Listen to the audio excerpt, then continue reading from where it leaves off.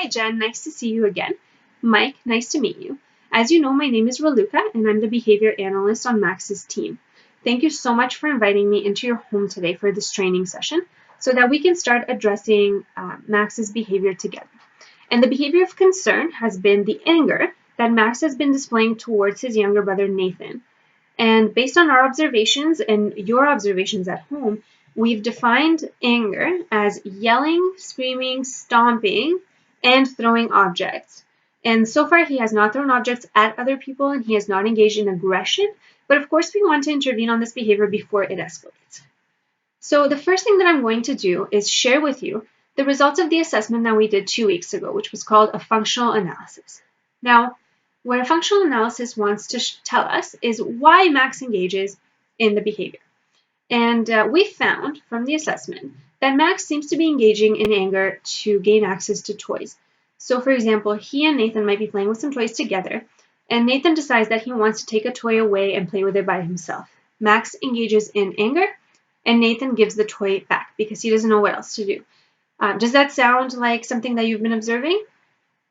Okay, so it seems that Max has learned that engaging in anger gets him the toy back, as opposed to anything else.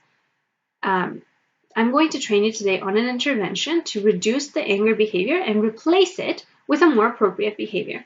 And of course, as you know, ABA is science-based. So the procedure that I've designed is based on a study that was done in 2000 by Braithwaite and Richdale, in which they reduced the aggression of a 7-year-old boy with autism to 0 levels. So from a concerning amount down to 0 levels using a procedure called functional communication training, or FCT for short.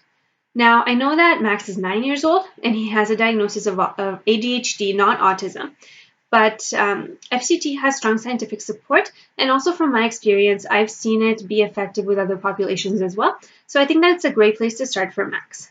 Now, FCT involves, as the name suggests, a communicative response is taught to the child to replace a problem behavior. So in Max's case, since he wants access to toys, we can teach him to say something like, "Can I have that back, please?" It's a very simple phrase, very to the point, and we'll teach him that this will get him access to toys and anger won't. So we're going to actually place anger on extinction. What that means is that anytime Max engages in anger, he does not get access to the toys anymore. And this is a very important component. So the way that I'm going to train you today is actually also science-based, and it's called behavioral skills training. First, I'm going to show you and demonstrate what the procedure looks like. And then the two of you are going to role play it, taking turns being the parent and being Max.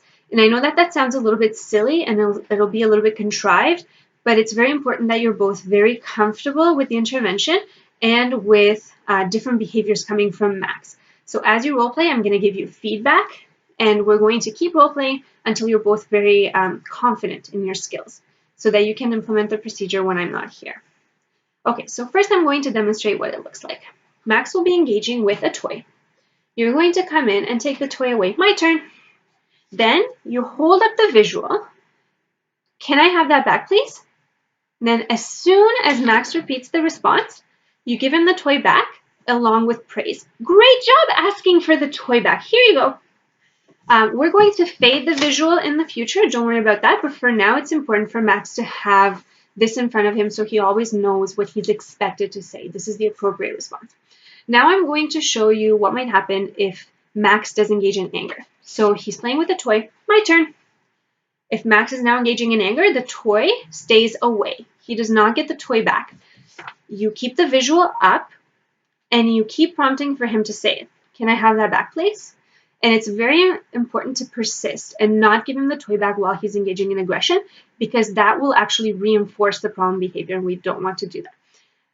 But then as soon as Max says the response, you give him the toy back with praise. So this will teach the relationship between the appropriate response and getting toys back, and it will help to cut off the relationship between anger and toy.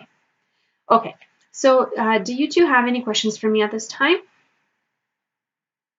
Okay, everything seems pretty clear and straightforward so far. Okay, so let's start with some role playing. We'll see how that goes. I'm going to give you detailed feedback and we're going to keep doing it. If you have any questions throughout, let me know. I can always model it for you again. And okay, let's get started.